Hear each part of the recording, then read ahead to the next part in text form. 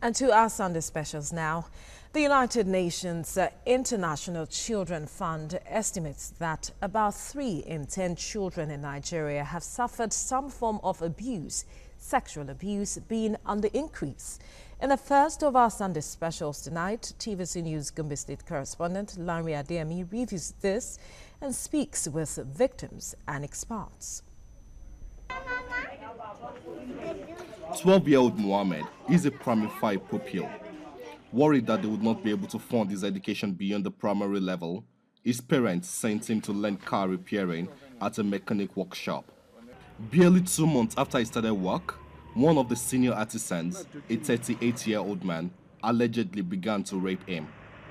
This continued for 10 months. He explained that the perpetrator threatened to kill him if he ever disclosed the act to anyone. He at times sent me to go and pack some things for him in his shop. There was a day he claimed that he had lost his 100 naira in the shop, so he gave me his phone to go and get it for him. He followed me and raped me again. He then told me that if I tell anybody about it, he will come after me and kill me.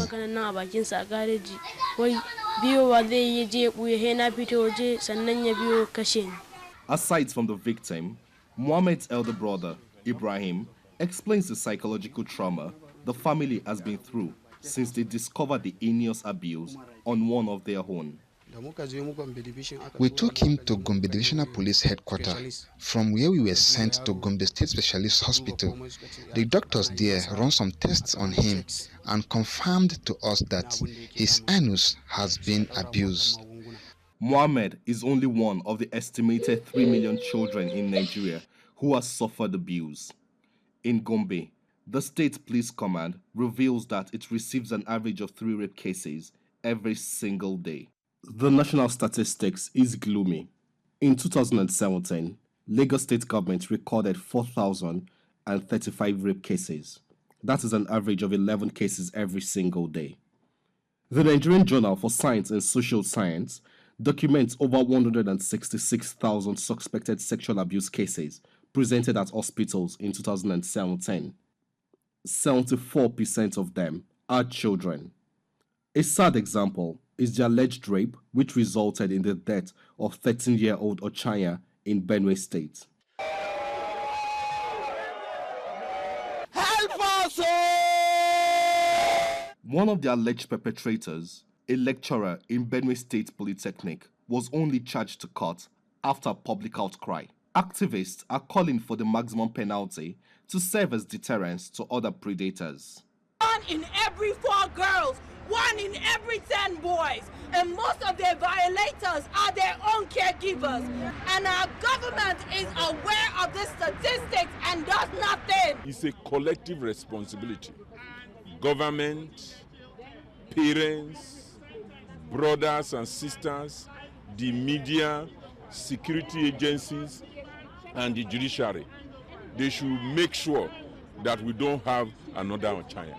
Work on the law to impose life sentence without any variation on whoever is culpable caught doing this. Child abuse is not just sexual.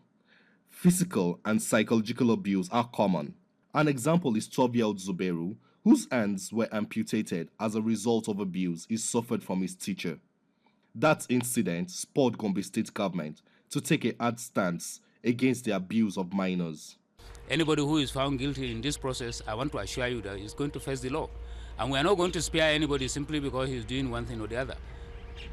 Because even if the boy stole, the mere act of stealing the handset is not sufficient to give him this amount of punishment.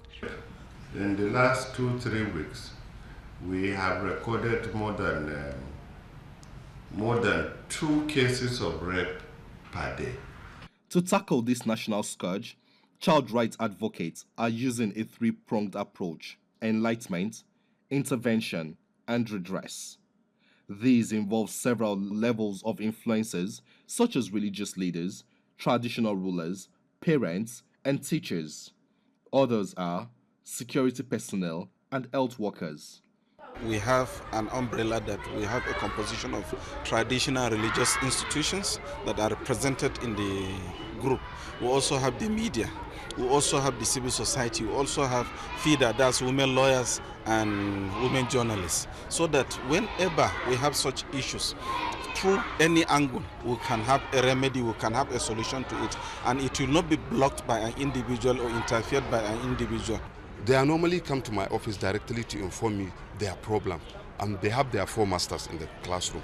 They normally inform their four masters whether the problems is in the school or outside the school. If the children want to say out, there's a fear into them and they feel shy. At times, the parents are very harsh. They don't want to give a listening ears to their children. That's why we advise the parents too, in order to raise the issue. And such issues most times in the north, they feel is abomination. It's like exposing the children to the public, which affect their marriage, and we try to educate them. I even say it now, that it's not so. Legal practitioners also have a crucial role to play. Barrister Amamatu, a child rights advocate, is calling for experienced lawyers, especially senior advocates, to take up cases of child abuse and protect the rights of the most vulnerable in this society. The sons and the senior, my learned seniors, who have the money, the means, and the knowledge there, they are now to stand firm and utilize that knowledge, that money, that everything. In pro bono cases, the new ones, they need money to breed up themselves. You understand? It's not every new week that can go to another state or go to another village handling such pro bono. You need money.